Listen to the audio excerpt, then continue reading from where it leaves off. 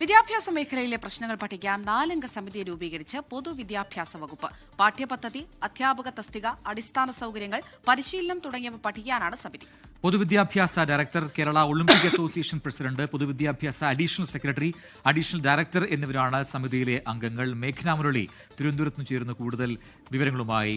മേഘന, അപ്പോൾ വിദ്യാഭ്യാസ മേഖലയിലെ പ്രശ്നങ്ങൾ എന്നതുകൊണ്ട് എന്താണ് ഉദ്ദേശിക്കുന്നത്? ഒപ്പം തന്നെ സമിതി കൈവയ്ക്കുന്ന മേഖലകൾ കുറേയധികമുണ്ട്. അപ്പോൾ ആ ഇടങ്ങളിലൊക്കെ തന്നെ മാറ്റങ്ങൾ കൊണ്ടുവരാൻ വേണ്ടിയിട്ടാണോ ഈ സമിതിയെ രൂപീകരിച്ചിരിക്കുന്നത്?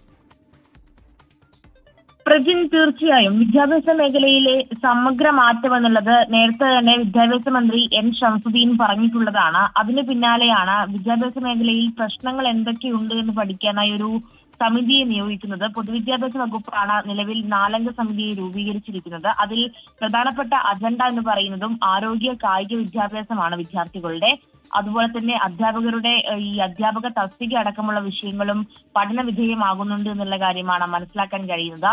അതിൽ പാഠ്യപദ്ധതി ഉൾപ്പെടുന്നു. അതുപോലെ തന്നെ സ്കൂളുകളിലെ അടിസ്ഥാന സൗകര്യങ്ങൾ, പരിശീലനം, അതുപോലെ തന്നെ വിദ്യാർത്ഥികളുടെ ആരോഗ്യം തുടങ്ങിയവയും പഠന വിധേയമാക്കും. അതിനുശേഷം എന്തൊക്കെ മാറ്റങ്ങൾ കൊണ്ടുവരാൻ പറ്റുമെന്നുള്ള കാര്യം കൂടിയാണ് സമിതി പഠിക്കാൻ പോകുന്നത്. അതിനുശേഷം 6 മാസത്തിനകം സർക്കാരിന് ഈ നിർദ്ദേശങ്ങൾ കമ്മിറ്റി സമർപ്പിക്കണമെന്നുള്ള കാര്യം കൂടിയാണ് പൊതുവിദ്യാഭ്യാസ വകുപ്പിന് ഈ കമ്മിറ്റി നിർദ്ദേശങ്ങൾ സമർപ്പിക്കണം. അതിനുശേഷം പൊതുവിദ്യാഭ്യാസ വകുപ്പ് ഈ റിപ്പോർട്ട് സർക്കാരിന് കൈമാറുകയും ചെയ്യും.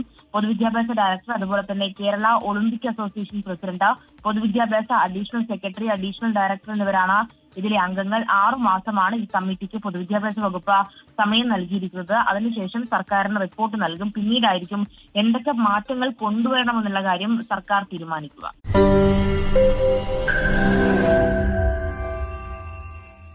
ലോകത്തെവിടെയായാലും ഏത് സമയത്തും 24 വാർത്തകളും ഓഗ്മെന്റഡ് റിയാലിറ്റി പാക്കേജുകളും എക്സ്പ്ലെയിനറുകളും വിശദമായി കാണാൻ ഞങ്ങളുടെ യൂട്യൂബ് ചാനൽ നിങ്ങൾക്ക് സബ്സ്ക്രൈബ് ചെയ്യാം.